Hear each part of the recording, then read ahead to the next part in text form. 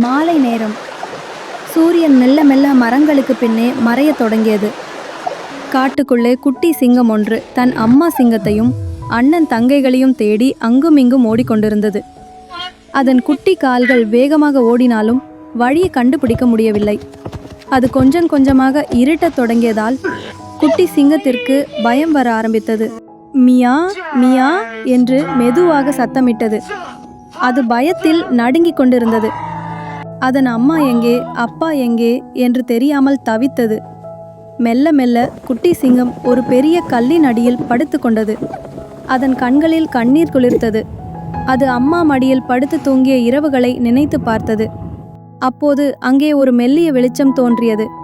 அந்த வெளிச்சம் மெல்ல மெல்ல பெரிதாகி ஒரு அழகான உருவமாக மாறியது. அவர்தான் வனதேவதை.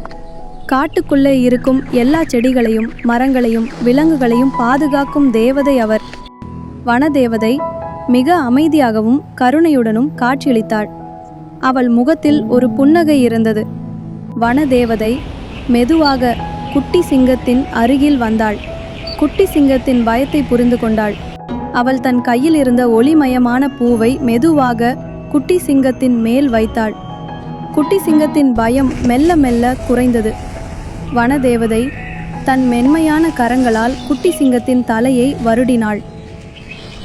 வனதேவதை குட்டி சிங்கத்தை பார்த்து, "கவலைப்படாதே குட்டி சிங்கம்" என்று தன் மனதிற்குள் பேசினாள்.